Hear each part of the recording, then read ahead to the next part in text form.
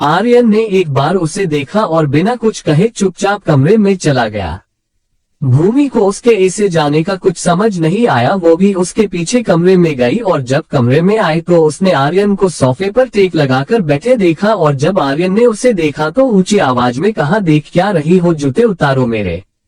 भूमि ने उसे हैरानी से देखा। उसे आर्यन का ऐसे बोलना अच्छा नहीं गला, पर उसने कुछ नहीं कहा और उसके जूते उतारे। वो उठने को हुई कि आर्यन ने फिर उसी तरह कहा, और ये सॉक्स कौन उतारेगा। भूमि ने उसे घूरकर देखा और उसके सॉक्स उतार दिए। उसने आर्यन के जूते साइड में रखे और वहां से जाने को हुई कि आर्यन ने कहा, मैं आलू के पराठे खाऊंगा ठंडी दही के साथ। उसने ये कहा और फोन लेकर बैठ गया। भूमि को बहुत गुस्सा आ रहा था पर वो आर्यन को कुछ कहना नहीं चाहती थी। वो बाहर आए और रसोई में गई। उसे खाना बनाने में जरा भी वक्त नहीं लगता था। उसने कुछ ही देर में आलू के पराठे तैयार कर दिए और इससे पहले कि वो आर्यन को बुलाती आर्यन खुद ही बाहर आ गया। उसने ब्लैक वेस्ट और लोअर पहन रखा था। वो आकर बस पराठे खाने बैठ गया। उसने ना भूमि से कुछ कहा ना पूछा और अब भूमि को गुस्सा नहीं आ रहा था, उसे बुरा लग रहा था। उसके आंखों में आंसू आए पर उसने पोंछ दिए और नॉर्मल होने की कोशिश करने लगी कि तभी उसके कान में आर्यन की आवाज आए। उसने कहा, ये कमजोर लड़कियों की तरह रोना बंद करो और प्लीज जाओ यहाँ से ताकि मैं सुकून से खाना खा सकूं। अब तो ये हद पार हो गई थी। भूमि से अब बर्दाश्त नहीं हो रहा था। वो वहां से अपने कमरे की तरफ भागी और जैसे ही उसने कमरे का दरवाजा खोला कि उसके ऊपर गुलाब की पत्तियां आकर गिरी। उसने हैरानी से ऊपर देखा तो दरवाजे पर इस तरह से फूलों से भरी पत्तियों की बाल्टी रखी हुई थी कि कोई भी दरवाजा खोलता तो उस पर फूल गिरते ही। उसने पीछे पलट कर देखा तो आर्यन अब भी चुपचाप पराठे खा रहा था, पर उसके चेहरे पर स्माइल थी जिसे वो छुपाने की कोशिश कर रहा था। भूमि को अब समझ आया कि आर्यन ऐसे रिएक्ट क्यों कर रहा था। वो कमरे के अंदर गई तो पूरा रूम फूलों से सजाया हुआ था और बीच में टेबल पर कुछ सामान रखा हुआ था। भूमि उसके पास गई और उन सब चीजों को देखा तो उसके चेहरे पर स्माइल आ गई। वहां चॉकलेट्स के डब्बे थे, बुके रखा हुआ था, एक ड्रेस और ज्वेलरी रखी हुई थी और एक लेटर था। भूमि ने वो लेटर पढ़ा जिस पर लिखा था, बहुत मजा आता है किसी को परेशान करने के बाद उसे खुश करने में। स्माइल, जल्दी रेडी होकर बाहर आ जाओ पर प्लीज रेडी होने में थोड़ा वक्त लगाना। ये सब भी बहुत जल्दी में किया है आर्यन। जब भूमि ने ये पढ़ा उसके चेहरे पर मुस्कान और बड़ी हो गई। वो उस ड्रेस को लेकर तैयार होने चली गई। लगभग आधे घंटे बाद भूमि बाहर आई तो आर्यन उसे और वो आर्यन को बस देखती ही रह गई। आर्यन ने ब्लैक शर्ट पैंट पहनी थी, शर्ट की बाजू फोल्ड की हुई थी और ऊपर के 2 बटन खुले थे। एक हाथ में घड़ी थी और दूसरे हाथ में वही अभय की रुद्राक्ष माला थी। और भूमि ने रेड फुल स्लीव्स गाउन पहना हुआ था, उस पर बड़े डायमंड इयरिंग्स और बाल एक साइड किए हुए थे। उसने हल्का मेकअप किया हुआ था और वो बेहद खूबसूरत लग रही थी। वो अपना गाउन संभालते हुए धीमे कदमों से बाहर आए। उसने पूरे घर को देखा। जमीन पर और गुलाब के फूलों की पत्तियां बिछी हुई थी और हर जगह बुके रखे हुए थे। वो आर्यन के सामने जाकर खड़ी हुई। आर्यन एक पल तक उसे देखता रहा और फिर उसके सामने घुटनों के बल बैठ गया। भूमि ने उसे देखा। आर्यन ने एक रिंग को उसके आगे करते हुए कहा, बहुत हुए नाटक, अब जिंदगी जीना चाहता हूँ और अपनी इस जिंदगी में बस तुझे चाहता हूँ। Miss Bhumi Randhawa, will you marry me. Bhumi की आंखों में हल्के आंसू उतर आए थे पर उसने फिर भी मुस्कुरा कर कहा, मिस्टर शेखावत, हम शादीशुदा है। उसकी बात सुन आर्यन ने कहा, चलेगा, मैं भी शादीशुदा हूँ, तुम बस हाँ या ना कहो, यस और नो। भूमि भी उसके सामने घुटनों के बल बैठ गई और उसके आगे अपना लेफ्ट हैंड करते हुए कहा, यस। इतना सुनते ही आर्यन ने उसे रिंग पहना दिया और उसे गले लगा लिया। उसने भूमि को गले लगाए हुए ही कहा, I love you Bhumi, I love you. तुमसे पहले जो था सो था, पर ये वादा है मेरा तुमसे, तुम्हारे बाद कभी किसी को अपनी लाइफ में नहीं आने दूंगा, प्रॉमिस। भूमि ने भी उसे गले लगाए हुए ही कहा, मैं भी। इधर दूसरी तरफ सौम्या शेखावत मेंशन में अपने कमरे में बैठी उसी रात के बारे में सोच रही थी। उसे नहीं पता था कि वो कैसे इन यादों को अपने दिमाग से निकाले। उस चीज ने उसके ऊपर इतना असर किया था कि अब तो वो छोटी सी आवाज से भी डर जाती थी। वो उस याद को भूलने की कोशिश कर रही थी पर भूल नहीं पा रही थी। और अचानक उसका फोन बजा। वो डर गई पर जब उसे एहसास हुआ कि ये उसका फोन है तो उसने अपना फोन हाथ में लिया और परेशान होने की वजह से बिना नंबर देखे कॉल अटेंड कर लिया। सामने से आवाज आए, अब भी उसी के बारे में सोच रही हो। जैसे ही सौम्या ने ये सुना उसने झट से अपना फोन कान के पास से हटाया और नंबर देखा तो ये विराट था। उसने एक गहरी सांस ली और फोन फिर अपने कान के पास लगाकर कहा, क्या हुआ? विराट को उसकी आवाज में रूखापन महसूस हुआ। उसने कुछ और कहने के लिए फोन किया था, पर उसने कहा कुछ और, मुझे तुमसे मिलना है, 10 मिनट में अपने घर के बाहर मिलो। इससे पहले कि सौम्या कुछ कहती, विराट ने फोन काट दिया। सौम्या को कुछ समझ नहीं आया कि क्या हुआ। अभी अभी क्या ये विराट था, पर उसने उससे मिलने को क्यों कहा और वो 10 मिनट में यहाँ आ रहा है। सौम्या को कुछ समझ नहीं आया तो वो उठकर तैयार होने ही चली गई। विराट को खुद भी ये समझ नहीं आया कि उसने सौम्या को मिलने क्यों बुलाया, पर शायद वो उसे उदास नहीं देखना चाहता था। उसने खुद से ही कहा, मुझे नहीं पता मैं तुमसे मिलकर क्या कहूंगा, पर एटलीस्ट तुम्हारा मूड तो ठीक कर ही दूंगा, पर 1 मिनट। उसने खुद को फ्रंट मिरर से देखते हुए खुद ही से कहा, ये तू ही है ना विराट, वो लड़की जिसको तेरी हेल्प करनी थी? तू जो बोलने वाला था वो वही करने वाली थी, पर यहाँ तो तू ही उसके कामों में लगा हुआ है। तो बेवकूफ कौन है, तू या वो ये सोच ही रहा था कि किसी ने उसकी खिड़की का कांच खटखटाया। विराट ने कांच नीचे किया तो ये एक बच्ची थी जो फूल बेच रही थी। उसने गुलाब का एक गुलदस्ता विराट के सामने करते हुए कहा, साहब खरीद लो, साबा सिर्फ 50 रुपए का है। विराट के चेहरे पर स्माइल आ गई। उसने मुस्कुराकर उस बच्ची से कहा, अगर भैया कहो तो सोच सकता हूँ। उस लड़की ने जल्दी से कहा, भैया खरीद लो भैया, आपकी गर्लफ्रेंड बहुत खुश हो जाएगी ये फूलों को देखकर। उसकी बात सुन विराट हंस दिया। उसने कहा, मैं तुम्हारे फूल ले तो लूं, पर मेरी तो कोई गर्लफ्रेंड है ही नहीं, मैं ये किसे दूंगा? उसकी बात सुन उस लड़की ने कहा, अगर आप ये फूल ले लेते हैं तो मैं भगवान से प्रार्थना करूंगी कि आपको आपकी गर्लफ्रेंड आज ही मिल जाए और ये फूल उसी के पास हो। विराट ने उस बच्ची के माथे पर हाथ फेरा और ठीक है बोल उसके सारे फूल खरीद लिए। Chapter 126 angel. अरमान के घर।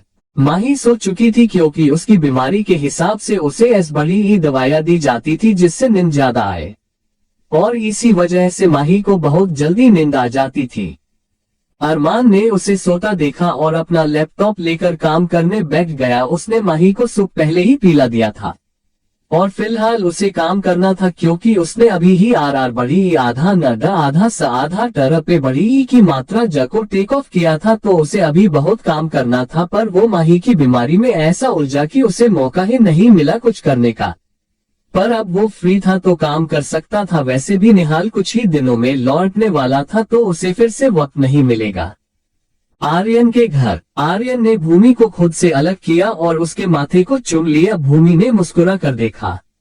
दोनों ही खामोश थे, कोई कुछ नहीं बोला, और जैसे ही आर्यन कुछ कहने को हुआ कि डोरबेल बजी। आर्यन भूमि से अलग हुआ और जाकर डोर ओपन किया। उसने खाना ऑर्डर किया था जो आ चुका था। उसने पे किया और खाने के 2 बड़े पैकेट अंदर ले आया। भूमि ने उसके पास जाते हुए पूछा, ये सब क्या है? आर्यन ने वो पैकेट उसे थमा दिए। भूमि को कुछ समझ नहीं आया। उसने जाकर वो पैकेट खोलकर देखे तो उनमें सारे स्ट्रीट फूड थे, जैसे सेव, पापड़ी, कचौरी, भेल, दही, चाट, पानी पूरी और आइसक्रीम। भूमि बीमार थी तो आर्यन ने उसे इन सारे खाने से दूर रखा था, पर अब वो उसे नहीं रोकना चाहता था। उसने घर पर ही सब ऑर्डर कर दिया। भूमि वो सारा खाना देख बहुत खुश हो गई और बिना आर्यन से पूछे ही वो सारे खाने को प्लेट्स में निकालकर खाने लगती है। उसे ऐसे खाता देख आर्यन जाकर उसके पास बैठता है और कहता है, खाओ खाओ, पर उसके बाद मुझे भी मेरा खाना चाहिए। भूमि तो बस खाने में लगी हुई थी और उसने अपने मुंह में एक पानी पूरी डालते हुए कहा, हम, और फिर खाने लगी। आर्यन बस उसे ऐसे बच्चों की तरह खाना खाते देख मुस्कुरा रहा था। इधर दूसरी तरफ विराट अब भी वहां सौम्या का वेट कर रहा था।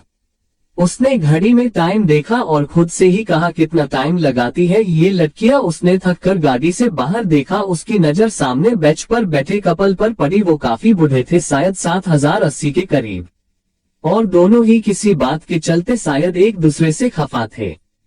वो दोनों एक दूसरे से दूरी बनाए बैठे थे। कभी अंकल आंटी की तरफ देखकर नजरें फेर लेते तो कभी आंटी अंकल को देखकर नजरें फेर लेती।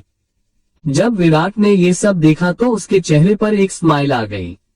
उसने अपने पास वाली सीट पर पड़े उन रोजेज को देखा। उसे कुछ सूझा और उसने उन रोजेज को उठाया और गाड़ी से बाहर आ गया। वो उन रोजेज को ले जाकर उन कपल के बीच में ही बेंच पर बैठ गया। बेंच पर सिर्फ 3 लोगों के ही बैठने की जगह थी। उन दोनों ने ही विराट को अजीब नजरों से देखा तो विराट ने भी उन दोनों को बारी बारी से देखा। उसने एक रोज लिया और अंकल को दे दिया। आंटी ने उसे अजीब तरह से देखा तो विराट ने एक रोज आंटी को भी दे दिया। दोनों उन रोज को सवालिया नजरों से देख रहे थे। विराट ने एक एक करके वो सारे रोजेज दोनों में बांट दिए और फिर उन दोनों के बीच से उठकर खड़ा हो गया। दोनों ने उसे हैरानी से देखा तो विराट ने अपने एक हाथ की उंगलियों को दूसरे हाथ की उंगलियों में उलझाकर उन रोजेज को एक करने का इशारा किया। उन कपल ने भी वैसा ही किया और जब उन रोजेज ने एक बुके का रूप ले लिया तो दोनों के चेहरे पर एक प्यारी सी मुस्कान आ गई। विराट ने भी उन्हें मुस्कुराकर देखा और अपना हाथ हिलाकर उन्हें बाय किया और बिना कुछ कहे वहां से चला गया और जाकर वापस अपनी कार में बैठ गया। इधर वो दोनों कपल फिर से आराम से बैठकर बातें करने लगे और फिर उठकर वहां ही चले गए, पर वो फूल वहीं रह गए। शायद वो उन फूलों को ले जाना भूल गए और तभी वहां वो बच्ची भी आ गई जिसने वो फूल विराट को बेचे थे। उसने वो फूल उठाते हुए सोचा, ये तो वही फूल है जो मैंने उन गाड़ी वाले भैया को दिए थे, तो ये यहाँ कैसे आए। उसने ये सोचा और वो उन फूलों को लेकर वहां से जाने लगी कि उसे किसी की आवाज सुनाई दी। किसी ने उसे पुकारा था। वो पीछे मुड़ी तो देखा एक लड़की व्हाइट नी लेंथ फ्रॉक और रेड कलर के डेनिम जैकेट में उसके सामने खड़ी थी। उस लड़की ने अपने बालों का हाई पोनी टेल बना रखा था। वो बहुत प्यारी और सुंदर लग रही थी। वो लड़की उस बच्ची के पास गई तो वो लड़की अभी एकटक उसे ही देख रही थी। उस लड़की ने बच्ची के सामने चुटकी बजाए हुए कहा, कहाँ खो गई लिटिल एंजल। उस बच्ची ने उससे बस वैसे ही देखते हुए कहा, एंजल मैं नहीं, एंजल तो आप हो, एकदम परी जैसी। उस लड़की ने मुस्कुरा कर कहा, पर मैं तो सौम्या हूँ, एंजल नहीं। वो लड़की उसकी बात सुन मुस्कुरा दी। सौम्या ने उस बच्ची के हाथ से फूलों को लेते हुए कहा, क्या तुम मुझे ये फूल दे सकती हो। उस बच्ची ने उन फूलों को एक पल देखा और फिर उसे अपनी ही बात याद आई। उसने ही विराट से कहा था कि ये फूल उसे मिल ही जाएंगे जो इसकी हकदार होगी। उस बच्ची ने मुस्कुराते हुए हाँ में सिर हिला दिया। तो सौम्या ने उन फूलों को लेकर कहा, गुड। उसने कुछ पैसे निकाले और उस बच्ची को देखते हुए कहा, ये लो तुम्हारा इनाम। उस बच्ची ने उन पैसों को देखा। पहले उसने सोचा कि उसने इन फूलों के पैसे ले लिए हैं तो वो कैसे ले, पर फिर उसे कुछ सूझा और उसने कहा, दीदी आप ना मुझे बस अपना नाम बता दो तो मैं आपको आपका आज का भविष्य बताऊंगी। सौम्या उसकी बात सुन मुस्कुरा दी और कहा, सौम्या नाम है मेरा और आपका। उस बच्ची ने भी वैसे ही कहा। मीठी सौम्या ने उसके गाल पर किस किया और कहा, अरे वाह, आपका नाम तो बिल्कुल आपकी तरह है, एकदम मीठा। वो लड़की मुस्कुरा दी और वहां से भाग गई। सौम्या ने उसे जाते देखकर कहा, अरे मेरा भविष्य नहीं बताना क्या। उस लड़की ने जाते हुए ही कहा, आज आपको आपका प्यार जरूर मिल जाएगा और वो वही है जिसके ये फूल है। सौम्या को उसकी बात समझ नहीं आई पर उसने सारे ख्याल झटके और विराट को ढूंढने लगी। उसने विराट की गाड़ी देखी और उस तरफ चली गई। उसने दरवाजा खोला और गाड़ी में बैठी और जैसे ही विराट ने उसके हाथ में फूल देखे कि उसने कहा, ये तुम्हारे पास कैसे आए।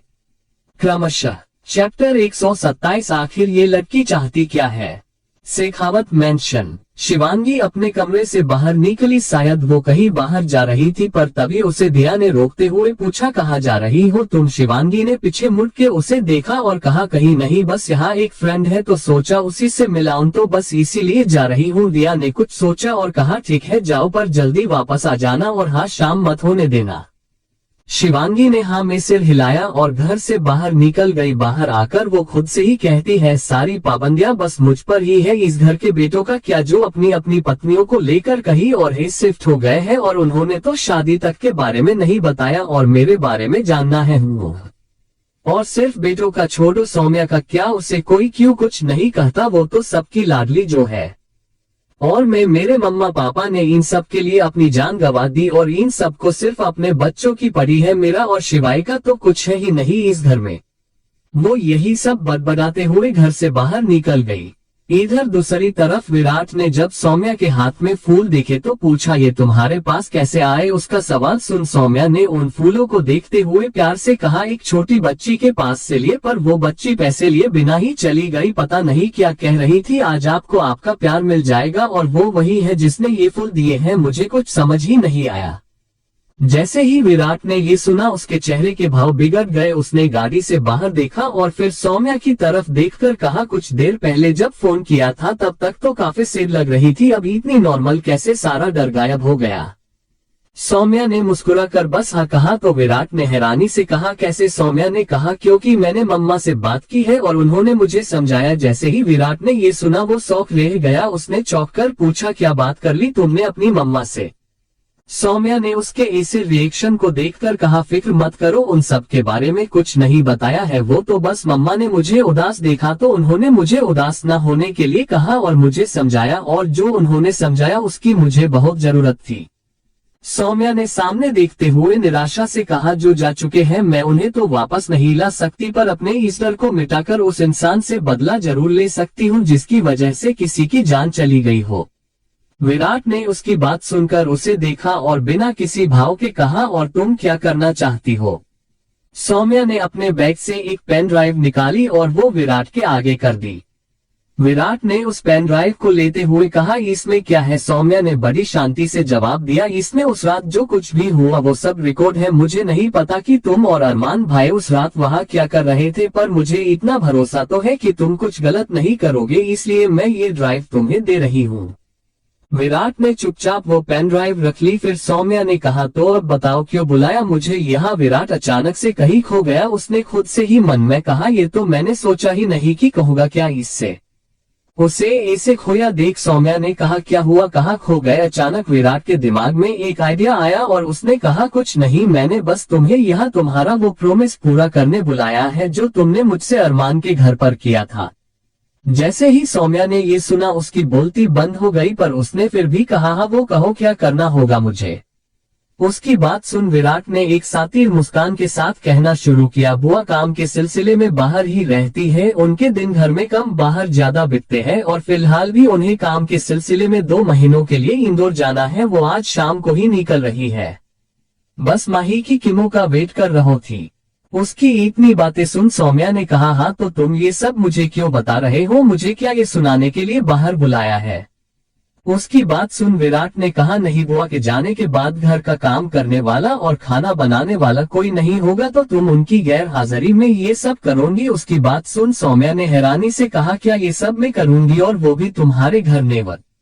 उसकी बात सुन विराट ने अपना फोन उठाया और नंबर डायल करते हुए कहा, कोई बात नहीं, तुम वादा तोड़ोगी तो मुझे भी वादा तोड़ना पड़ेगा और अरमान को बताना पड़ेगा कि सच क्या है, आखिर वो मेरा दोस्त है भाई। इससे पहले कि वो फोन लगाता सौम्या ने उसके हाथ से फोन छीनते हुए मन मार कर कहा, ठीक है मैं रेडी हूँ, बोलो कब आना है मुझे? विराट ने उसकी बात सुन मुस्कुराकर कहा, दैट्स लाइक गुड गर्ल, आज शाम को ही बुआ चली जाएगी तो तुम कल सुबह से आ जाना। बेचारी सौम्या ने मुड़ मार कर ओके कहा और गाड़ी से बाहर निकलकर जाने लगी कि विराट ने फिर कहाँ जा रही हो? सौम्या ने वैसा ही बेचारा सा चेहरा बनाकर कहा, जो कहना था वो तो कह दिया ना, अब घर जा रही हूँ। विराट ने जल्दी से कहा, मुझे भूख लगी है और अकेले कहीं खाना खाने में भी अजीब लगेगा, तुम चाहो तो चल सकती हो।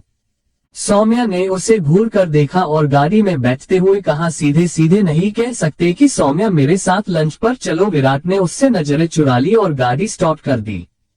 दूसरी तरफ आर्यन के अपार्टमेंट पर भूमि ने आराम से खाना खाया और जाकर सो भी गई। बेचारा आर्यन उसे देखता रह गया। उसके सारे अरमानों पर भूमि ने नींद फेर दी थी, पर करता भी क्या, पूरे घर की साफ सफाई की और फिर जब रूम में आया तो जो देखा वो देखकर उसकी आंखें हैरानी से बड़ी ही हो गई। उसने बुदबुदाया, भूमि। भूमि सच में सो ही रही थी, पर उसने कपड़े चेंज कर लिए थे। पर शौक की बात ये नहीं थी कि उसने कपड़े बदले थे, शौक की बात ये भी कि उसने क्या पहना था और वो कैसे सो रही थी। उसने साड़ी पहनी हुई थी और वो जिस तरह सो रही थी उसकी साड़ी का पल्लू उससे दूर हो गया था। उसकी गौरी कमर और डीप नेक ब्लाउज की वजह से साफ दिखाई देती उसकी वो सुडौल गर्दन आर्यन को पागल करने के लिए काफी थे। पर अब सवाल था ये कि भूमि ने ये किया क्यों? क्या उसने जानबूझकर आर्यन को सेड्यूस करने के लिए ये किया था? आर्यन ने खुद से ही कहा, मुझे ऐसा क्यों लग रहा है जैसे गर्मी बढ़ गई है। उसने अपना सिर हिलाया और अपने सारे ख्याल झटके और खुद से ही कहा, आर्यन अगर तू यहाँ रहा तो पागल हो जाएगा। वो सीधा बाथरूम में चला गया और लगभग आधे घंटे तक शावर के नीचे रहने के बाद वो बाहर आया और बेड पर देखा और अब सच में उसके हलक से आवाज तक नहीं निकलने वाली थी। उसने खुद से ही कहा, आखिर ये लड़की चाहती क्या है? वो बेड के पास गया और उसने भूमि को अच्छे से ब्लैंकेट ओढ़ाया और जैसे ही जाने लगा कि भूमि ने उसे खुद के ऊपर खींच लिया। आर्यन ने उसके चेहरे को देखा तो वो शायद नींद में थी, पर आज आर्यन का मर्डर होना तैयार था। Winking face. क्रमशः चैप्टर 128 आज भी अरमान के लिए दीवानी है। आर्यन के अपार्टमेंट पर। जैसे ही आर्यन वहां से जाने को हुआ कि भूमि ने उसे अपने ऊपर खींच लिया। आर्यन ने उसका चेहरा देखा, वो शायद सो रही थी। आर्यन ने धीरे से उसके हाथों को अपने ऊपर से हटाया और उठ गया। उसने ब्लैक वेस्ट पहन रखी थी और वो तैयार होने लग गया। उसने फैसला लिया कि जब तक भूमि उठती है वो घर से बाहर ही रहेगा। उसने ब्लैक जींस पहनी और ब्लैक शर्ट निकाल कर रखा पहनने के लिए। हाथ में घड़ी पहनी, बाल सेट किए और जैसे ही शर्ट लेने के लिए पीछे मुड़ा के उसने भूमि को देखा जो आराम से बेड पर बैठी थी। उसने हैरानी से भूमि को देखा और पूछा, तुम कब उठी? अचानक उसे कुछ याद आया और उसने भूमि को तरेरते हुए कहा, एक मिनट, तुम कब उठी? ये सवाल नहीं होना चाहिए था, सवाल ये है कि तुम कब से जाग रही हो। उसकी बात सुन भूमि बेड से उठी और बिना कुछ कहे बाहर जाने लगी कि आर्यन ने उसका हाथ पकड़ लिया और झटके से अपनी तरफ करते हुए कहा, पहले मेरे सवाल का जवाब दो फिर जाओ। भूमि अब भी चुपचाप उसे देख रही थी। आर्यन ने कहा, बोलो, जानबूझ के कर रही थी ना ये सब? जाग रही थी ना कब से? अभी भूमि ने कुछ जवाब नहीं दिया तो आर्यन ने उसे घूरते हुए कहा, नहीं दोगी जवाब? भूमि ने गुस्से में उसे खुद से दूर करने की कोशिश करते हुए कहा, नहीं दूंगी। क्या कर लेंगे आप? उसकी बात सुन आर्यन ने एक डेविल स्माइल के साथ कहा, मुझसे पूछ रही हो कि मैं क्या कर लूंगा? भूमि ने वैसे ही कहा। हाँ। जैसे ही उसने ये कहा कि आर्यन के चेहरे पर वो स्माइल बड़ी हो गई। उसने झटके से भूमि को बेड पर धक्का दे दिया। भूमि इससे संभल नहीं पाई क्योंकि ये बहुत जल्दी में हुआ। वो जाकर सीधा बेड पर गिरी। उसने आर्यन की तरफ देखा जिसने एक झटके से अपनी वेस्ट उतार दी। उसने भूमि के बेहद करीब जाकर एक हाथ उसकी गर्दन के पीछे रखा और उसके चेहरे को अपने चेहरे के सामने करके अपनी गहरी आवाज में कहा, अब बताओ क्या कह रही थी तुम? भूमि ने नजरें उठाकर पहले आर्यन को देखा और फिर खुद को देखा, फिर अपनी नजरें नीची करी। उसे ऐसे देख आर्यन ने पूछा, क्या हुआ? भूमि ने अपने दोनों हाथों में उसके चेहरे को थामा और अपने होंठ उसके होंठों के करीब ले गई। एक पल को आर्यन को लगा कि भूमि उसे किस कर रही है, पर भूमि ने अपनी मदहोश कर देने वाली आवाज में कहा, अगर आपकी जगह कोई और होता तो इस सिचुएशन का अच्छे से फायदा उठाता, पर आप सिर्फ सवाल जवाब कर रहे हैं तो बस आप शरीफ हो गए और हम बदमाश। वो अपना चेहरा पीछे लेने को हुई कि आर्यन ने उसे फिर अपने करीब कर लिया और उसी की तरह कहा, तब तो आज बदमाशी कर ही देते हैं। उसने इतना कहा और उसके होंठों पर अपने होंठ रख दिए। उसके इस अचानक की हरकत से भूमि चौंक गई पर उसने कुछ नहीं कहा और वो भी आर्यन का साथ देने लगी। आर्यन ने उसे बेड पर लेटा दिया और उसे और पैशनेटली किस करने लगा। भूमि के हाथ आर्यन के बालों के उलझे हुए थे और आर्यन उसके गले, चेहरे और सीने पर किस कर रहा था और बाइट कर रहा था। उसने भूमि की साड़ी को भी उसके बदन से अलग कर दी। उसने भूमि की उंगलियों में अपनी उंगलियों को फंसा ली और एक पल आया जब दोनों एक थे। दोनों ने पूरे होश में अपने आप को एक दूसरे को सौंपा। उस कमरे में दोनों की सांसों की आवाज के अलावा कोई शोर नहीं था। इधर दूसरी तरफ शेखावत मेंशन में दिया सांची के पास आई गई जो लॉन में बैठी चाय पी रही थी। दिया ने उसके पास बैठते हुए कहा, सांची मुझे तुमसे कुछ बात करनी है। सांची ने चाय का खाली कप टेबल पर रखते हुए कहा, हाँ बोलिए ना, क्या कहना है आपको? सांची के इतना बोलते ही दिया ने कहना शुरू किया, सांची तुम्हें याद है शिवी के 8वें बर्थडे पर हम सब अरमान को याद करके बहुत उदास हो गए थे और सारी पार्टी खराब हो गई थी, जिस वजह से शिवी बहुत दुखी हो गई थी क्योंकि उसकी पार्टी किसी और की वजह से खराब हो गई थी। पर फिर हमने उसे मनाने के लिए ऐसे ही झूठ-मूठ मजाक में कह दिया था कि अरमान से उसकी शादी होगी और वो अरमान की वाइफ है।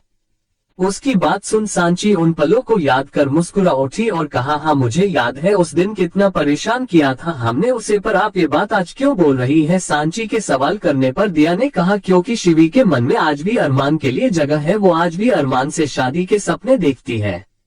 सांची ने उसकी बात सुन हैरानी से पूछा, कहा ये क्या बोल रही है आप? उस दिन के बाद तो कभी इस बात का जिक्र तक नहीं हुआ और वो बस मजाक था। और सबसे बड़ी बात, अगर ये सच भी होता तब भी अरमान की जिंदगी में कोई और है, वो शादीशुदा है और वो कभी माही को छोड़कर किसी और को नहीं चुनेगा। पर शिवी को ये बात समझ नहीं आ रही है क्योंकि जो मैंने देखा उसमें वो आज भी अरमान के लिए दीवानी है या कहूँ पागल है। दिया ने परेशान होते हुए कहा। तो सांची ने भी सवाल किया, क्या देखा आपने?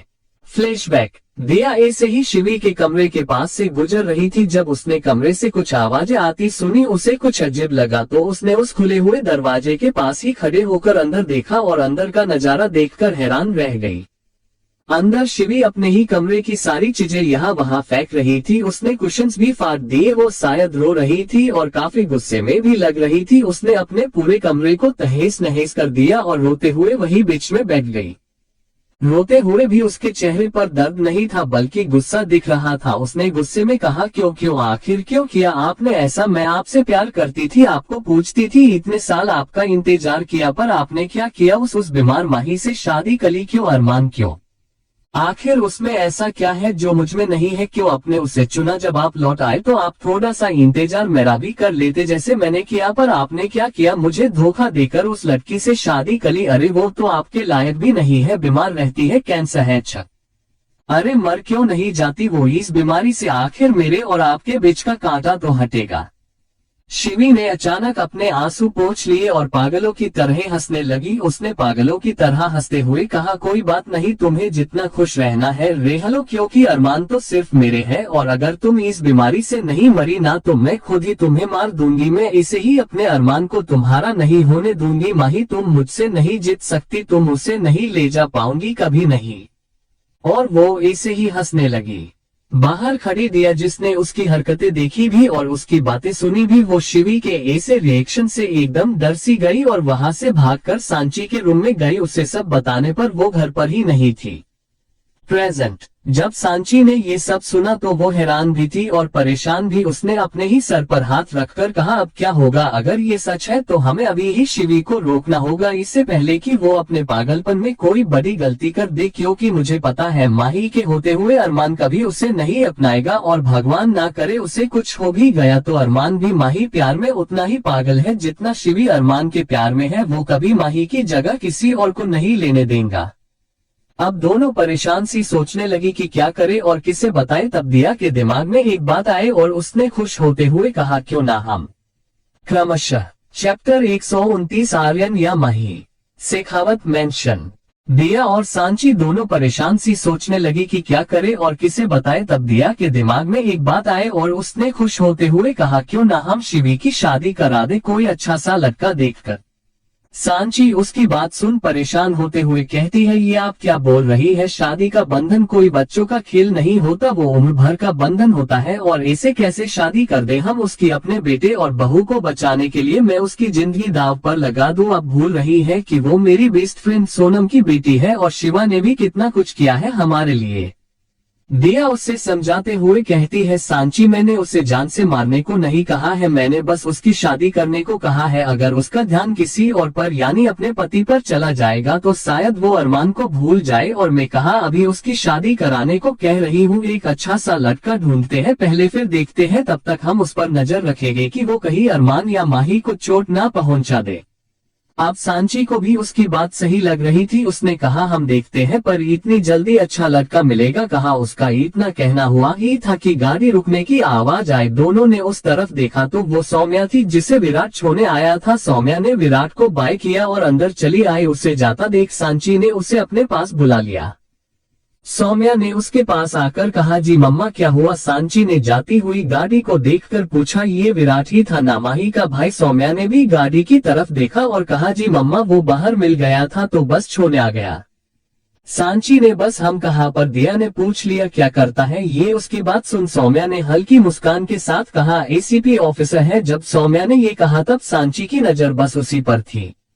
दिया ने खुश होते हुए कहा, है मतलब पुलिस वाला? सौम्या ने हाँ में सिर हिला दिया और फिर कहा, अच्छा मैं थक गई हूँ तो थोड़ी देर आराम कर लूँ। इतना कहकर वो चली गई, पर सांची अब भी उसे ही देख रही थी। उसने खुद से ही मन में कहा, क्या सौम्या विराट को पसंद करती है?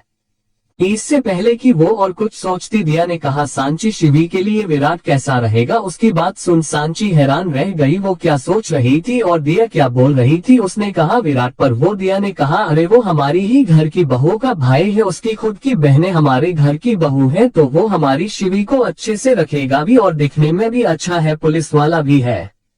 सांची से अब बर्दाश्त नहीं हो रहा था, वो खड़ी हो गई और उसने वहां से जाते हुए कहा मुझे अभी इस बारे में कुछ नहीं सोचना है। वो अंदर चली गई। उसके नजरों के सामने अब भी सौम्या का चेहरा आ रहा था। उसने मन में कहा अगर सच में सौम्या के दिल में ऐसा कुछ है तो मैं अपनी बेटी की जिंदगी बर्बाद नहीं होने दे सकती, पर बेटी को बचाऊंगी तो बेटे को खो दूंगी। अगर बेटे को बचाया तो बेटी, उसे कुछ समझ नहीं आ रहा था कि क्या करे। पूरा दिन ऐसे ही बीत गया और ये अगला दिन था। कॉलेज में आज एग्जाम की डेट आने वाली थी और बहुत दिनों से ना माही कॉलेज गई थी और ना ही भूमि, इसलिए दोनों को ही आज कॉलेज जाना था। तो भूमि को आर्यन और माही को अरमान कॉलेज छोड़ने गए, पर दोनों ही अलग अलग टाइम पर पहुंचे। पहले माही और अरमान आए। अरमान ने माही को छोड़ा और वहां से जा ही रहा था कि उसे एक कॉल आया और वो साइड में जाकर बात करने लगा, पर माही को लगा कि वो चला गया है। और फिर भूमि और आर्यन आए। आर्यन ने भूमि को बाय किया। भूमि कॉलेज के अंदर चली गई। आर्यन गाड़ी से बाहर आकर उसे देखने लगा। भूमि अंदर जा चुकी थी। आर्यन वापस जाने को मुड़ा ही था कि उसकी नजर माही पर पड़ी और फिर माही के पीछे आती गाड़ी पर पड़ी। वो गाड़ी बिना हॉर्न मारे बस माही की तरफ ही बढ़ रही थी। आर्यन एकदम से उसकी तरफ भागा। उसने माही को आवाज भी लगाई, पर माही अपने बैकपैक से कुछ निकाल रही थी तो उसने ध्यान ही नहीं दिया। और उसने तब ध्यान दिया जब आर्यन उसके एकदम पास आ चुका था। आर्यन ने एकदम से उसे पकड़कर घुमाया। माही तो बच गई, पर गाड़ी आर्यन के कोहनी को छूकर निकली और बहुत स्पीड में होने की वजह से आर्यन को चोट लग गई। उसने माही को छोड़ा और अपना एक हाथ दूसरे हाथ की कोहनी पर रख दिया। उसे बहुत दर्द हो रहा था। उसने दर्द से अपनी आंखें भींच ली। माही को अब रियलाइज्ड हुआ कि क्या हो गया है और क्या हो सकता था। उसने आर्यन को देखा और जल्दी से उसकी तरफ बढ़ी। उसने आर्यन का हाथ हटाया और देखा तो वहां से खून निकल रहा था। उसने चौंकते हुए कहा ओह माय गॉड, आपको तो चोट लग गई है। आर्यन उससे कुछ कहता इससे पहले ही माही ने कहा यहाँ पास ही में एक हॉस्पिटल है, आप मेरे साथ चलिए। वो उसे अपने साथ ले गई। जब अरमान बात करके वापस आकर गाड़ी में बैठा तो उसने देखा माही का फोन गाड़ी में ही था। उसने फोन उठाया और उसे देने आया। उसने एक लड़की से कहा आप ये फोन माहिरा मेहता को दे देंगी प्लीज। उस लड़की ने अरमान की बात सुनकर कहा पर वो तो अभी ही हॉस्पिटल चली गई। अरमान ने उसकी बात सुन हैरानी से कहा हॉस्पिटल पर क्यों? उस लड़की ने कहा वो शायद एक्सीडेंट हुआ था। जैसे ही अरमान ने ये सुना उसे एक डर ने घेर लिया। उसने जल्दी से कहा कौन सा हॉस्पिटल? उस लड़की ने कहा यहाँ पास ही में एक हॉस्पिटल है, आप चलकर ही चले जाए। अरमान उस तरफ भागा। इधर भूमि ये सोच रही थी कि आज भी माही कॉलेज नहीं आए हैं क्या। उसने एक लड़की से पूछा जो क्लास के अंदर आ रही थी, क्या माही नहीं आए हैं? उस लड़की ने सीट पर बैठते हुए कहा अरे नहीं यार, आए तो थी पर एक एक्सीडेंट हुआ और वो पास ही के हॉस्पिटल में गई है। जैसे ही भूमि ने ये सुना उसे भी शौक लगा। वो उठकर भागी और हॉस्पिटल की गेट पर ही उसे अरमान दिख गया। उसने घबराहट में कहा अरमान भाई क्या हुआ है? माही को कहा है वो? अरमान ने भी उसके साथ अंदर जाते हुए कहा मुझे खुद नहीं पता क्या हुआ है।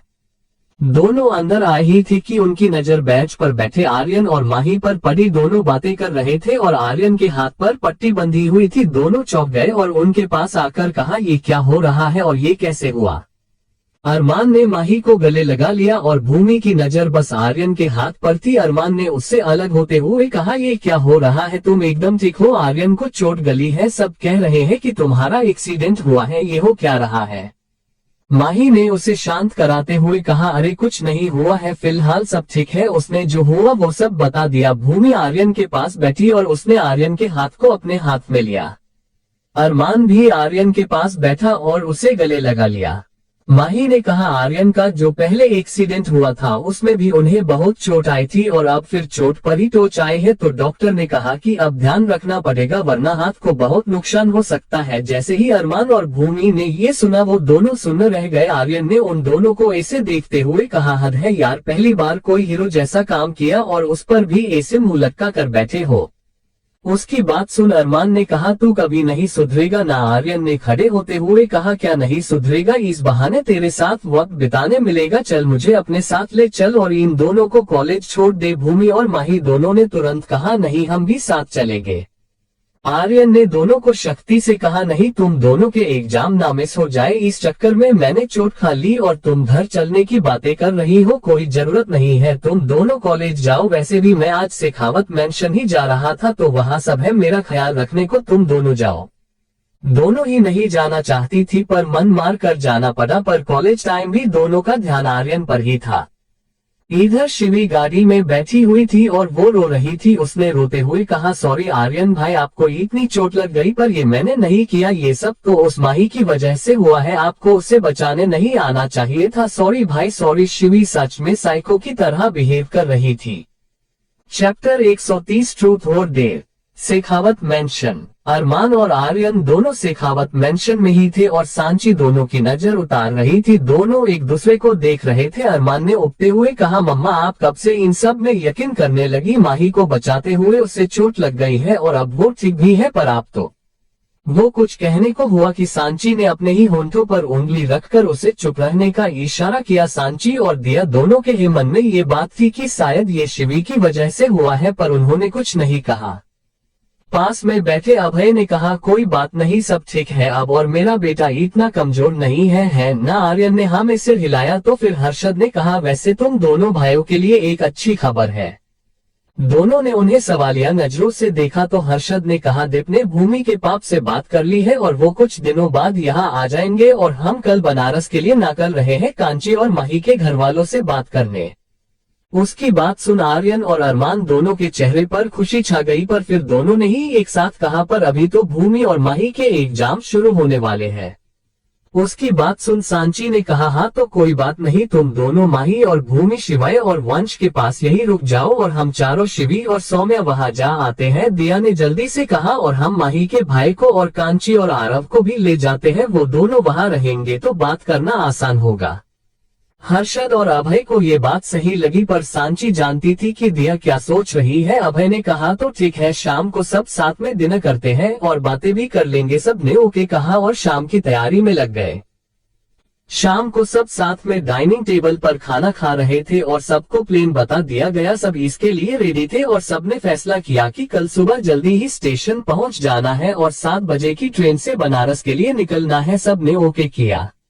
इस बीच एक शख्स थी जिसे बिल्कुल खुशी नहीं थी और वो थी शिवांगी। उसे गुस्सा तो बहुत आ रहा था और ना ही वो बनारस जाना चाहती थी अरमान को छोड़कर, पर करती क्या, इसलिए हाँ कह दिया। सबने आज रात यही रुकने का फैसला किया, पर विराट को तो जाना ही था।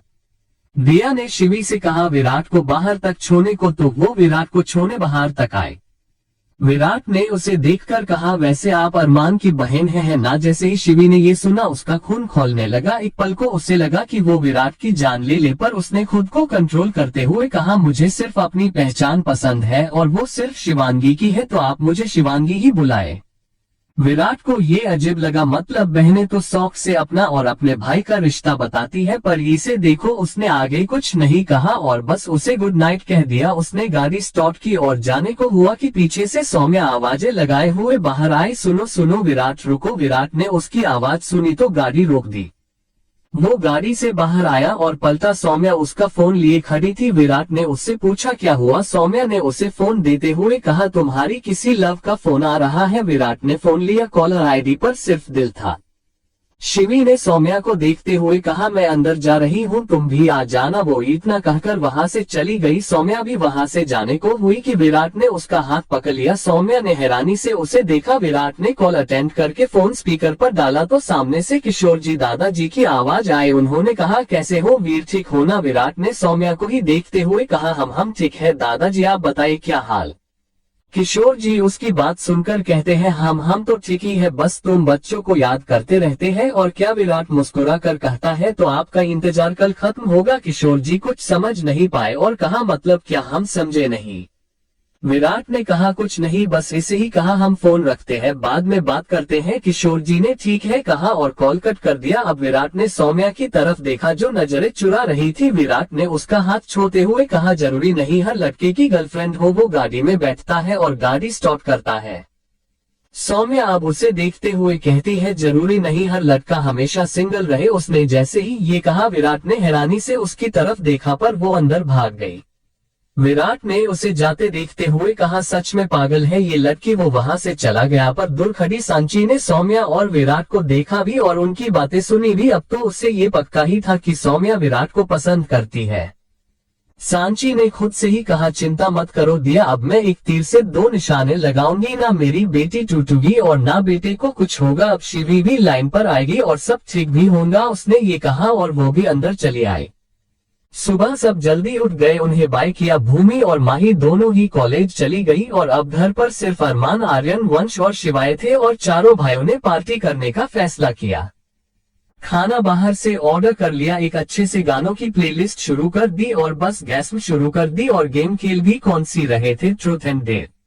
बोतल घूमकर आर्यन पर आए। आर्यन ने ट्रुथ चुना। अरमान, वंश और शिवाय सोचने लगे कि क्या पूछे, तभी पीछे से आती हुई भूमि ने पूछा, क्या आप अपने कॉलेज टाइम के किसी भी रिलेशन में सीरियस थे? भूमि का ये सवाल सुन सब चौंक गए। आर्यन ने हैरानी से भूमि को देखा। भूमि और माही दोनों आकर उनके पास ही बैठ गई। आर्यन जानता था कि भूमि क्या जानना चाहती थी। उसने कहा, एक था पर वो टिका नहीं और फिर मैंने भी मूव ऑन कर लिया। भूमि ने फिर कहा, कौन थी वो? आर्यन ने ठंडे लहजे में कहा, एक सवाल पूछना था जो पूछ चुकी हो। अब आर्यन ने बोतल घुमाई जो माही पर आए। आर्यन ने माही से पूछा, ट्रूथ और डेयर? माही ने थोड़ा सोचा और फिर कहा, ट्रूथ। तो आर्यन ने पूछा, क्या तुम्हारा अरमान से पहले किसी से रिलेशन रहा? आई मीन कोई बॉयफ्रेंड? माही ने एकदम आराम से कहा, पहले मेरा तो आज भी कोई बॉयफ्रेंड नहीं है, मैं तो आज भी सिंगल हूँ। उसकी बात सुन सब हंसने लगे और अरमान का मुंह बन गया। फिर माही ने बोतल घुमाए और दाव अरमान पर आया। अरमान ने डेर लिया तो भाई आर्यन भी कहा उसे छोड़ने वाला था। उसने कहा, मेरे कमरे में एक लॉकर रूम है, उसमें एक ऐसी बड़ी चिच पड़ी है जो तुझे मुझसे जोड़ती है, तुझे जाकर वो लेकर आनी है, पर लॉकर का पासवर्ड तुझे खुद खोलना है। क्रमशः चैप्टर 131। बेचारे।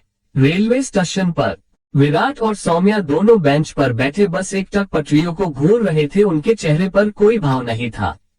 बहुत देर ऐसे ही बैठे रहने के बाद दोनों एक साथ खड़े हुए और इरिटेट होते हुए एक साथ ही कहा, मुझे नहीं जाना। दोनों ने ही एक दूसरे को देखा। फिर विराट ने कहा, मैं घर जा रहा हूँ। सौम्या ने भी वैसे ही कहा, मैं भी। दोनों स्टेशन से बाहर की तरफ निकल रहे थे कि एक आदमी उनकी तरफ आया और कहा, अरे आप जा रहे हैं? ट्रेन तो बस आने ही वाली है। उसकी इतनी बात सुन दोनों का गुस्सा उस पर फटफटा। दोनों ने एक साथ कहा, जस्ट सटक। वो बेचारा एकदम डर ही गया। विराट ने उसकी कॉलर पकड़कर गुस्से में उसे घूरते हुए कहा, ट्रेन आने ही वाली है, आने ही वाली है कह कहकर पूरा दिन ऐसे ही स्टेशन पर निकलवा दिया। अब अगर तूने कुछ कहा ना तो मैं तेरा मर्डर कर दूंगा। विराट ने उसका कॉलर छोड़ा और अब सौम्या ने पकड़ लिया और उसने भी गुस्से से कहा, अगर इसके हाथों बच गया ना तो मैं तुझे नहीं छोड़ूंगी। वो बेचारा जल्दी से सौम्या से अपना कॉलर छुड़ाकर वहां से ऐसे गायब हुआ जैसे गधे के सिर से सिंह। सौम्या और विराट दोनों ने एक बार एक दूसरे को देखा और फिर स्टेशन से बाहर चले आए। विराट की गाड़ी वहीं पार्क की हुई थी तो दोनों उसी की गाड़ी में बैठकर वहां से निकले। विराट ने गाड़ी चलाते हुए कहा, कहाँ जाए? सौम्या ने सिर से सिर लगाकर कहा, शेखावत मेंशन चलते हैं, सब वहीं पर होंगे। विराट ने शेखावत मेंशन की तरफ गाड़ी घुमा दी। इधर अरमान आर्यन के रूम में था। उसने रूम को पूरी तरह से देखा पर एक भी चीज को छुआ नहीं। उसने अपनी और आर्यन की बचपन की तस्वीर को देखा जो अब तक उसके कमरे में लगी हुई थी। वो कुछ देर तक उस तस्वीर को देखता रहा और फिर उसने उस तस्वीर को उस जगह से हटाकर नीचे रख दिया और सच में दीवार पर एक लॉकर था जो उस तस्वीर की वजह से नहीं दिखता था। अब अमरान ने उस लॉकर को छू कर देखा, वहां एक 8 नंबर का पासवर्ड डालना था। अरमान ने बिना कुछ सोचे एक पासवर्ड दबाया और पहली बार में ही लॉकर खुल गया। उसमें कुछ रखा हुआ था। उसने उस चीज को देखा तो ये हाथ में पहनने वाले कड़े थे जो बच्चों के दोनों हाथ में पहनाए जाते थे। उनका साइज काफी छोटा था और वो एक जोड़ी ही थे। अरमान ने उन्हें छूकर देखा और फिर उन्हें अपने सीने से लगा लिया। उसकी आंखें हल्की नम थी पर वो जल्दी से रूम से बाहर निकला और उन सबके पास आ गया। उसने ले जाकर वो कड़े टेबल के बीचों बीच रख दिए। सब ने हैरानी से उन कड़ों को देखा। भूमि और माही दोनों ने कंफ्यूज्ड होते हुए कहा, ये क्या है?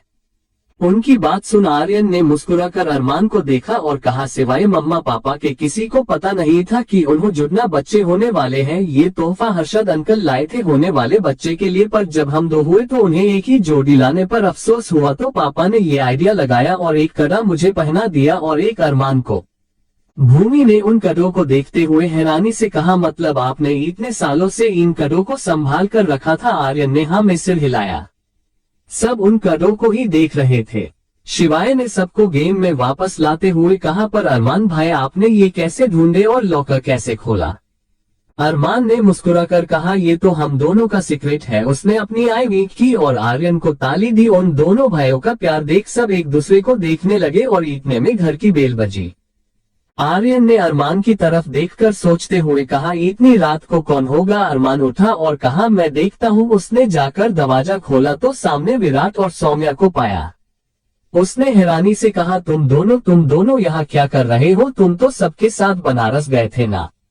सौम्या और विराट दोनों ने थके हुए स्वर में कहा, पहले अंदर आ जाए। अरमान ने उनका रास्ता छोड़ा और दोनों अंदर आकर सोफे पर बैठे और पीछे सिर टेक दिया। उन्हें देख सब ने उनसे सवाल पूछना स्टार्ट कर दिए। तुम दोनों यहाँ कैसे? तुम तो बनारस गए थे ना, और अब यहाँ क्या कर रहे हो? तुम तो सुबह निकले थे और भी बहुत कुछ। पर दोनों में से एक ने भी किसी के सवाल का कोई जवाब नहीं दिया। अरमान ने उन्हें पानी लाकर दिया। दोनों ने पानी पिया, कुछ नॉर्मल हुए। फिर अरमान ने कहा, अब तुम दोनों आराम से बताओ कि हुआ क्या है? तुम दोनों इस वक्त यहाँ क्या कर रहे हो? विराट और सौम्या दोनों ने एक दूसरे को देखा। फ्लैशबैक। जब सुबह सब स्टेशन पहुंचे तो वो लोग लेट हो चुके थे। ट्रेन बस निकलने ही वाली थी। सब जल्दी जल्दी ट्रेन में चढ़े। सिग्नल भी हो चुका था। सब ट्रेन में बैठ तो गए, पर फिर सांची ने सौम्या से पानी की बोतल लाने को कहा। सबने उसे कहा कि अगले स्टेशन से ले लेंगे, पर सांची को बहुत खांसी आ रही थी, इसलिए सौम्या भाग कर गई। पर तब तक ट्रेन स्टार्ट हो चुकी थी। विराट जल्दी से डोर तक आया। उसने देखा कि सौम्या भाग रही थी। उसने सौम्या के लिए हाथ बाया और सौम्या ने वो हाथ पकड़ भी लिया। वो उसे अंदर खींचने ही वाला था कि किसी ने उसे पीछे से धक्का दिया और वो भी ट्रेन से नीचे गिरा। वो सौम्या के ऊपर था और सौम्या उसके नीचे। ट्रेन ने इतनी स्पीड नहीं पकड़ी थी तो ज्यादा चोट नहीं लगी, पर जब तक दोनों उठे और दोनों ने खुद को संभाला तब तक ट्रेन ने स्पीड पकड़ ली थी। दोनों ने एक दूसरे की तरफ बेचारगी से देखा। तभी विराट का फोन बजा। उसे सौम्या के नंबर से कॉल आ रही थी। उसने सौम्या को नंबर दिखाया तो सौम्या ने जाती ट्रेन को देखते हुए कहा, मेरा फोन मम्मा के पास है। सौम्या का फोन सांची के पास था, तो मतलब कॉल सांची ने किया था। विराट ने कॉल अटेंड किया तो सामने से सांची की आवाज आई, विराट बेटा चिंता मत करना। ओके, तुम लोग दूसरी कोई ट्रेन अगर बनारस की है तो उसमें आ जाओ, नहीं तो तुम लोग नहीं आओगे तो भी कोई बात नहीं, पर तुम हमारी फिक्र मत करना, हम ठीक है। ओके, विराट ने गहरी सांस लेकर कहा, ठीक है आंटी, और कॉल कट कर दिया। उसने सांची से हुई बात सौम्या को बताई। दोनों ने दूसरी ट्रेन जो 2 घंटे बाद आने वाली थी उसकी टिकट्स ली और वही ट्रेन का वेट करने लगे। पर वेट करते करते 3 घंटे बीत गए पर ट्रेन नहीं आई। विराट ने पास खड़े एक आदमी से पूछा, सर ट्रेन अब तक आएगी? 3 घंटे हो गए हैं, क्या हुआ है, कुछ पता है आपको? उस आदमी ने कहा, सर ये इंडियन रेलवे है, यहाँ ट्रेन लेट होना कोई बड़ी बात नहीं है, आ जाएगी थोड़ी देर में।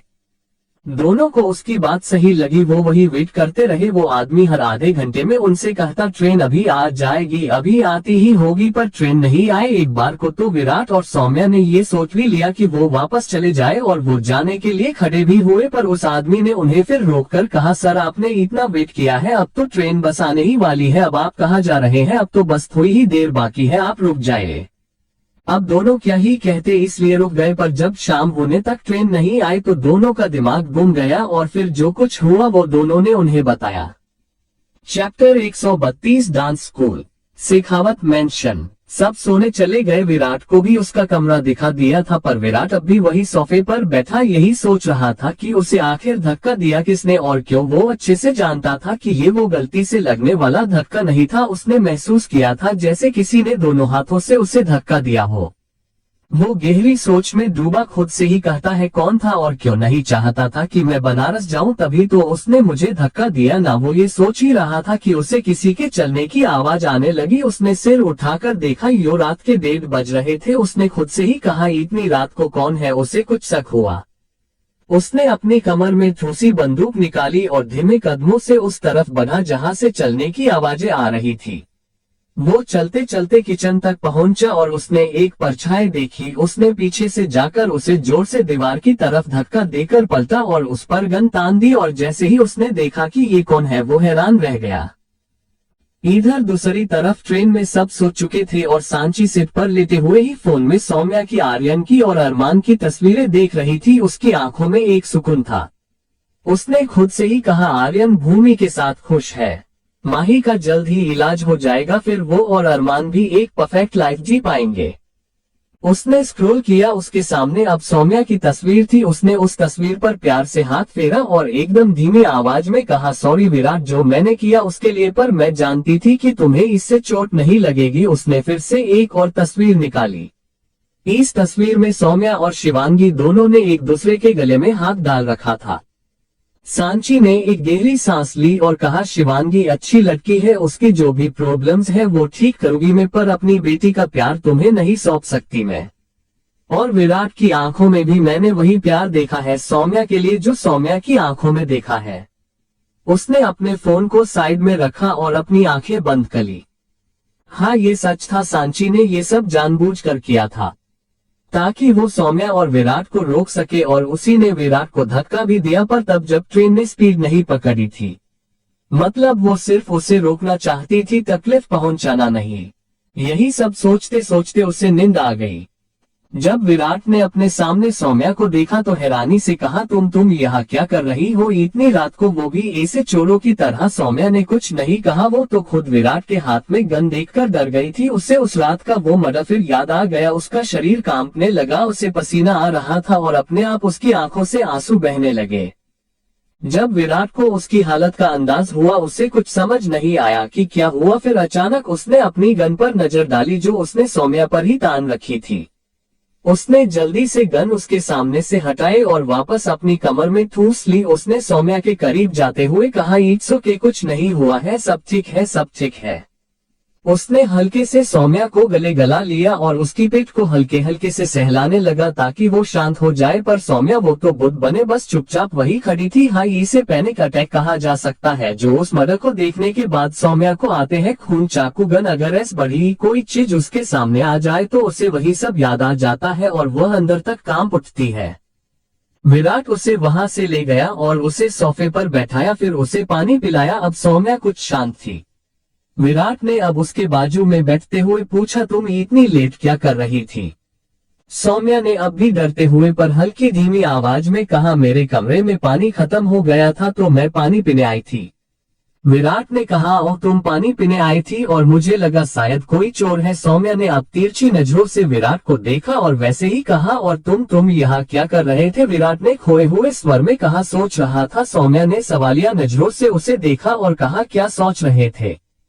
विराट ने अब उसकी तरफ देखा और उन्हीं सब चीजों को याद करते हुए कहा, ट्रेन स्टॉप होने के बाद भी आंटी ने तुम्हें पानी लाने को कहा, वो मुझे भी तो कह सकती थी ना। फिर जब मैं बिना उन्हें बताए तुम्हें देखने आया तो उन्हें कैसे पता कि मैं तुम्हारे साथ हूँ? विराट की इस बड़ी ये बात सुन सौम्या ने कहा, किस बारे में बात कर रहे हो तुम? विराट ने उसके चेहरे को देखते हुए कहा, तुम्हें नहीं लगता कि हमें बनारस जाने से रोका गया है? मतलब तुम्हें ट्रेन स्टॉप होने के बाद पानी लेने भेजना और फिर किसी का मुझे धक्का देना अजीब नहीं लगा? सौम्या ने सवालिया अंदाज में कहा, धक्का? विराट ने आंखें चाकर कहा, और नहीं तो क्या, मैं इस बड़ी ही ट्रेन से कूद गया, किसी ने अपने दोनों हाथों से मुझे धक्का दिया है। सौम्या, मैं एक पुलिस ऑफिसर हूँ और मेरी शिक्षाएं गलत नहीं हो सकती, किसी ने ये जानबूझकर किया है। वो सौम्या के सामने तो चुप हो गया, पर उसने मन में कहा, या शायद मिसेस सांची अभय शेखावत ने ये जानबूझकर किया है। उसका ध्यान तब टूटा जब सौम्या ने कहा, विराट, तुम्हारे सस्पेंस तो कभी खत्म ही नहीं होते हैं, क्या कहना चाहते हो? विराट अभी सौम्या को नहीं बताना चाहता था कि उसके शक की सुई उसी की मम्मा पर है, तो उसने बात बदलते हुए कहा, मेरे सस्पेंस छोड़ो और अपने देखो। तुमने अब तक मुझे नहीं बताया है कि तुम उस रात उस जगह पर इतनी रात को कर क्या रही थी? उस सुनसान रोड पर जहां लड़के भी इतनी जल्दी नहीं जाते, वहां तुम क्या कर रही थी? उसकी बात सुन सौम्या ने अनायास ही कह दिया, मैं तो वहां जगह देखने गई थी। विराट को उसकी बात समझ नहीं आई। उसने कहा, क्यों घर बनाना है? सौम्या ने हल्की मुस्कान के साथ कहा, नहीं, डांस स्कूल बनाना है। विराट को ये बात थोड़ी अजीब लगी। उसने कहा, क्या डांस स्कूल बनाना है तुम्हें? सौम्या ने मुस्कुराते हुए हाँ में सिर हिलाया और कहा, मुझे बचपन से ही डांस का बहुत शौक था। मैं जब बेंगलुरु में भी पढ़ रही थी ना, तो वहाँ हमारे हॉस्टल के पीछे एक औरत रहती थी। उनकी उम्र 60 साल थी, फिर भी वो लड़कियों को क्लासिकल डांस सिखाती थी।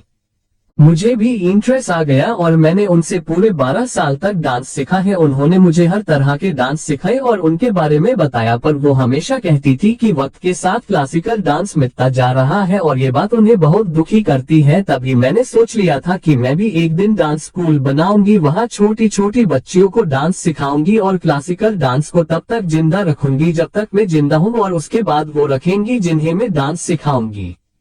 ये सब कहते वक्त उसकी आंखों में एक अलग ही चमक थी और विराट ये अच्छे से समझ रहा था कि सौम्या अपने सपनों को लेकर कितनी सीरियस है। उसने कहा, तो तुम्हें हर तरह के डांस आते हैं? सौम्या ने कुछ सोचते हुए कहा, पूरी दुनिया के तो नहीं पर इंडिया के ऑलमोस्ट सारे आते हैं। उसकी बात सुन विराट के चेहरे पर एक मुस्कान आ गई। उसने खड़े होते हुए कहा, तब तो मैं तुमसे जितना दूर रहूं उतना अच्छा है, क्योंकि मुझे नाच गाना बिल्कुल पसंद नहीं है, चाहे वो कोई भी हो। उसने इतना कहा और वहां से चलता बना। सौम्या ने उसे जाता देख गुस्से से कहा, बड़ा आया, अकल तो कम होती नहीं है और बातें करा लो इससे, बदतमीज कहीं का। वो भी अपने कमरे में चली गई। चैप्टर 133 रिश्ता पक्का। शेखावत मेंशन। सुबह का वक्त, सूरज अपनी किरणें बिखेर चुका था। माही और अरमान बड़े सुकून से सो रहे थे और अचानक कोई उन पर आकर कूदा। माही अरमान से थोड़ी दूर सो रही थी, इसलिए उसे बस झटका महसूस हुआ, पर वो जो भी था वो सीधा अरमान पर ही कूदा था। अरमान की आंखें अब भी बंद ही थी और उसने अलसाए आवाज में कहा, आ गया शैतान। उसने निहाल को गले लगा लिया और उसे अपने ऊपर ही लेकर सो गया। निहाल भी उसके ऊपर ही सो गया। माही ने उनकी तरफ करवट ली और उन दोनों को हक करके वो भी सो गई। अरमान ने फिर वैसे ही कहा, पापा को मिस किया। उसकी आंखें बंद थी और निहाल की भी। उसने बस हम कहा और फिर उसने भी वैसे ही कहा, आपने निहाल को मिस किया? अरमान ने एकदम कहा, नहीं। जैसे ही निहाल ने ये सुना उसने अपनी छोटी सी मुट्ठी से अरमान के कंधे पर मारा। अरमान हल्का सा हंसा और उसे और थोड़ा टाइट हक किया और कहा, पापा का एक दिन नहीं होता जब वो तुम्हें याद ना करे। निहाल उसके ऊपर सोया था और माही ने दोनों को हक कर रखा था। वो उन दोनों की बातें सुन बस मुस्कुरा रही थी। इस वक्त वो तीनों एक परफेक्ट फैमिली लग रहे थे, एक बहुत ही प्यारी फैमिली। इधर अब तक सब उठ गए थे और सब अपने अपने कमरों से बाहर भी आ चुके थे, और जैसे ही उनकी नजर हॉल में रखे उन दो छोटे छोटे बैग्स पर पड़ी, उन्हें समझ आ गया कि निहाल आ चुका है। और फिर उन्होंने बद्री भैया को भी देखा था। वो सब निहाल से मिलना चाहते थे, तो बद्री भैया ने उन्हें बताया कि वो अरमान भैया के पास गया है। सब अरमान के रूम की तरफ चले गए। उन्होंने धीरे से कमरे का दरवाजा खोला और अंदर गए, और उन तीनों को ऐसे देख सबके चेहरों पर स्माइल आ गई। आर्यन, विराट और सौम्या तीनों ने अपना फोन निकाला और अलग अलग एंगल से उनकी फोटोज लेने लगे। सौम्या ने क्यूट सा फेस बनाकर कहा, कितनी प्यारी फैमिली लग रही है। आई विश मेरी भी एक ऐसी बड़ी ही फैमिली हो, निहाल जैसा क्यूट सा बेटा। और वो इतना कहते कहते रुक गई, और अरमान जैसा जिम्मेदार पति पास खड़े। विराट ने उसकी बात पूरी की। उन दोनों की आवाज सुन माही उठकर बैठ गई और उन सब की तरफ देखकर कहा, आप सब सुबह सुबह यहाँ क्या कर रहे हैं? वो भी एक साथ। माही की बात सुन अरमान ने भी आंखें खोली। उसने सबसे पहले अपने ऊपर सो रहे निहाल को देखा, जो इतनी जल्दी काफी गहरी नींद में सो चुका था। अरमान उसे ध्यान से संभाल कर अपने ऊपर से लेने की कोशिश करता है, तो माही उसकी हेल्प करती है और निहाल को लेकर सीधा बेड पर सुला देती है। फिर दोनों ही धीरे से बेड से उठ जाते हैं। निहाल की हाइट फिलहाल उसकी उम्र के हिसाब से कम थी, इसलिए वो और ज्यादा क्यूट लगता था, और उसका वजन भी हल्का सा ज्यादा था। माही और अरमान उठकर उनके पास चले आए। सौम्या ने अपने गालों पर हाथ रख लिया और निहाल को निहारते हुए कहा, है आपका बेबी कितना क्यूट है भाई। उसकी बात सुन दोनों मुस्कुरा उठे। आर्यन ने उसके सिर पर हल्की सी चपेट लगाते हुए कहा, नजर मत लगा। अरमान ने सबको बाहर चलने का इशारा किया और सब बाहर चले आए अरमान और माही के साथ। सब सोफे पर बैठे और भूमि सबके लिए कॉफी ले आए। शिवाय, वंश, सौम्या और विराट ने निहाल को पहली बार देखा था, तो सब उसके साथ खेलना चाहते थे, पर अरमान ने उन सबको पहले ही कह दिया कि निहाल बाकी बच्चों की तरह नहीं है, आजाद पंछी जैसा है। उसे किसी की गोद ज्यादा पसंद नहीं आती, और जिसकी आती है उसकी गोद से वो उतरता नहीं है। सब बातें कर रहे थे निहाल की। इतनी देर में माही जाकर रेडी हो गई। फिर उसने, भूमि ने और सौम्या ने मिलकर नाश्ता बनाया और डाइनिंग टेबल पर लगा दिया। सब नाश्ता करने बैठे, पर निहाल अब तक नहीं आया था। अरमान उसे लेने गया था। और फिर जब वो उसे लेकर आया तो निहाल उसकी गोद में था और उसके कंधे पर सिर रखकर लेटा हुआ था। उसे ऐसे देख माही ने कहा, क्या हुआ ईसा, आप ऐसे क्यों लेकर आए हो? अरमान निहाल को लेकर ही चेयर पर बैठता है और निहाल को अपनी गोद में अच्छे से बिठाते हुए कहता है, बुखार हो गया है इससे। उसकी बात सुन माही उसके पास जाकर सिर पर हाथ रख बुखार चेक करती है और परेशान होते हुए कहती है, अरे अभी तक तो बुखार नहीं था, तो अब अचानक क्या हो गया?